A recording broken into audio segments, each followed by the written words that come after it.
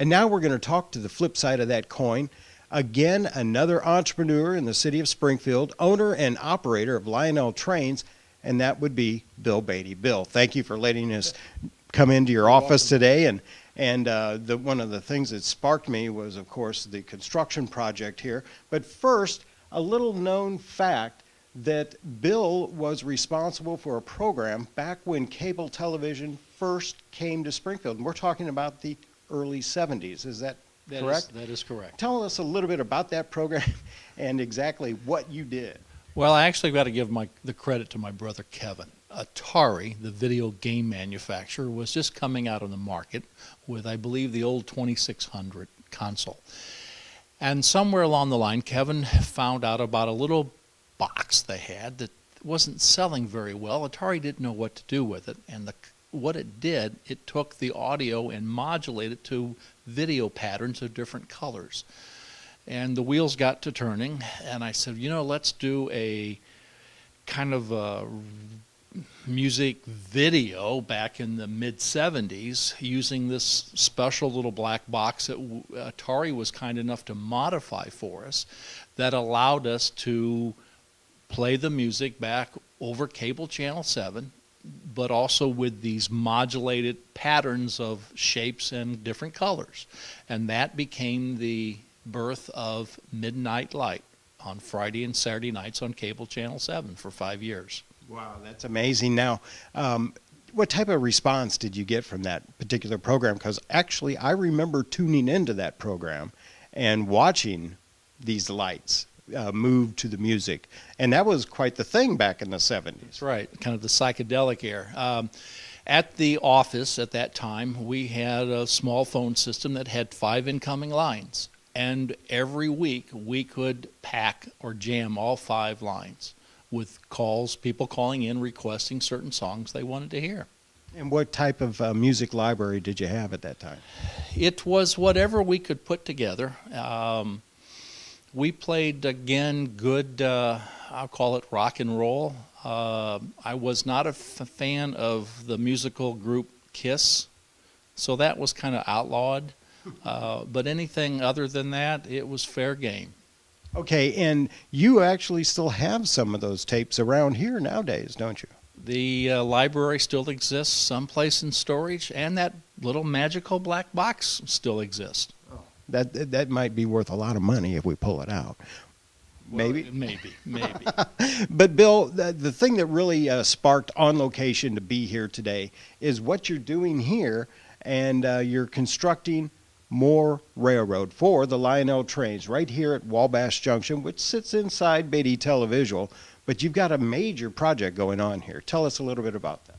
Well, I received permission from my parents a number of years ago to expand a very small business called Wabash Junction, an authorized Lionel dealer and service center, and to take over one of our larger rooms that we have here. They allowed me to build a 12 by 16 foot L-shaped layout. That layout was constructed back in 2009. It served me well, served my customers well. It was always a place of interest for small children coming in. But I decided I could do better. And so this past year we have probably just about doubled the size. It's under a work in progress, and are expanding it to incorporate more of those magical devices that we call Lionel Trains. Sure. Now, Lionel Train didn't start for you in 2009. No. So tell us the history. Where did you initially get involved? How did you get involved with Lionel Trains? Or maybe even how were you introduced to Lionel Train? Well, that's a very good question, Kurt. I'm going to have to put the blame on my father and his brother, my uncle. When my father was young, he worked part-time at a hobby store.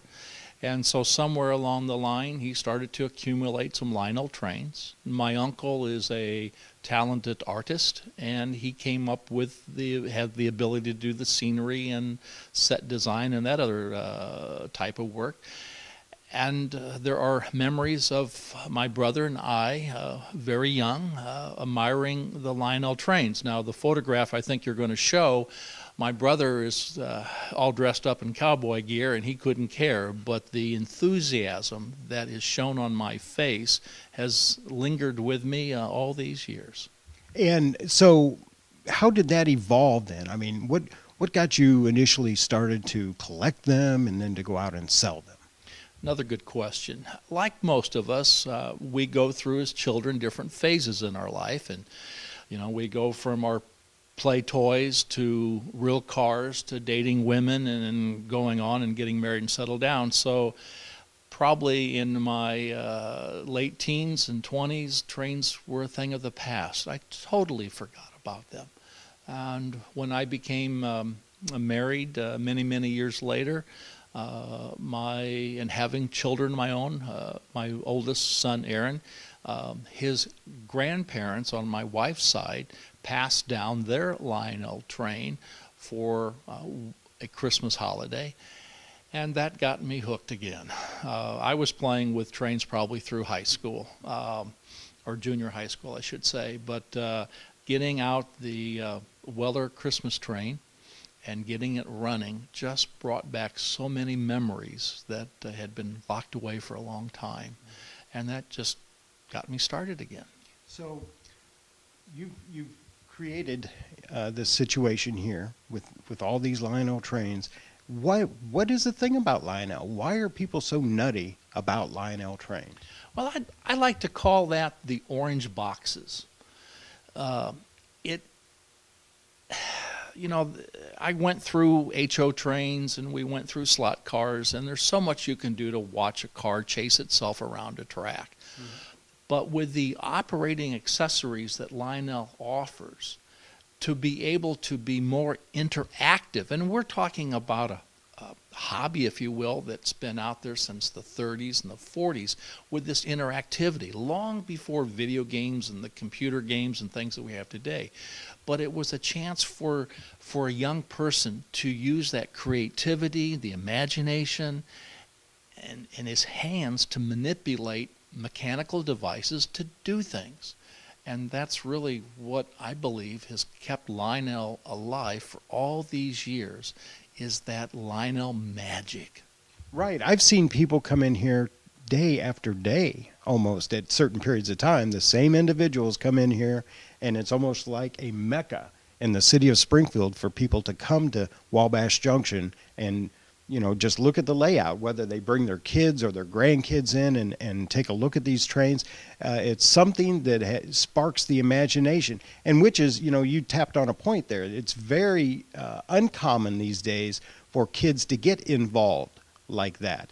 I mean, a lot of people will sit down with their little remote control units and play the video games for days on end, but this gives them something different. Yes, and it's interesting because my firstborn is now 29 years old, and he remembers, and Aaron is still part of playing with Lionel trains because it turned out to be a good family hobby of getting, working, teaching your son how to use power tools, basic electricity. So it was a good father and son activity that kept us together all these years, or has kept us together. So you're building this new layout. What can people, when it's finished, of course, what can people expect to see when they come in here? Well, first of all, layout is never done. There's always something that you can add or change to it.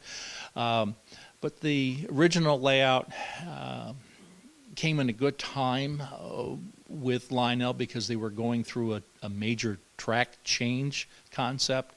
And so now I can use that 4 years of running experience to make it just that much better and to incorporate new things that weren't out 4 years or 10, 20 years ago. Now, you have just about every known kind of Lionel trains, or you could probably get any type of Lionel trains. So people will say, well, those are expensive. But not necessarily when you think about the longevity of those machines. That's a good point. If you keep care of them or take good care of them, keeping them in an environment that we would like and keep them lubricated. Lionel trains, I've seen trains that go back 80 years. okay, and are still running very good today. And I'm sure there's some out there that are even older. What has been a major change with Lionel is they've incorporated more electronics into them. And that has some of us concerned about, are we going to be able to keep these favorite toys of today running 50, 60 years from now because of how frequent the electronic industry is changing their components tree and the computer chips and things of that nature. So it makes them more involved, I suspect, by adding electronics to them, but they're good quality machines, and for the most part, they've got a lot of warranty with them. Lionel offers a 1-year warranty from date of purchase, so that's good. And you're also a servicer, an authorized service. That is correct. Beatty Televisual, Wabash Junction, we are one of the authorized Lionel service stations here in Springfield, Illinois. Now, you mentioned earlier that this is kind of a seasonal type of influx of business. So we're coming up to Christmas, and again, I'm sure there's going to be a big influx coming in, but why does it make it more seasonal than it is just a constant, everyday thing all year long? I think that's another good question, Kurt, and I think it's more of our heritage and our history.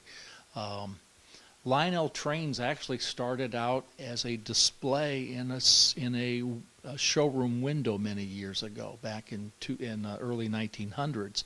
And when the children saw that in the display, well, Mommy, Daddy, I got to have one. And this was all done to help a merchant around the holiday time. So Lionel Trains have traditionally been associated with the holidays, with the Christmas, and having a train underneath the tree.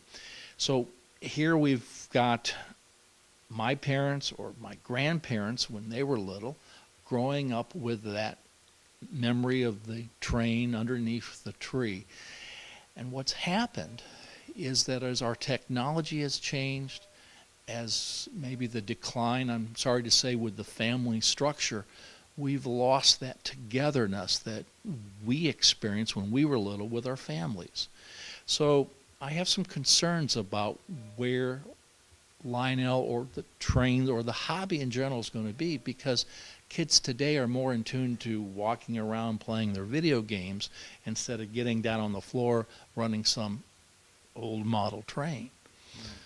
But it seems like a lot of advantages to it, because you're inspiring them to be self-motivated, to be dedicated to their craft, as their organizational craft, and they have to be somewhat of an engineer. I mean, looking around here, you've got a lot of wires poking up in different places, and it's a large job to be able to put one of these together. And you actually draw schematics for this, correct? Yes, I do. I without a set of drawings, I would be totally lost, because as it keeps getting bigger and we keep adding more play toys to it, the wiring does become more involved. They've taken it now to the point where we could take a tablet and control that layout with the tablet.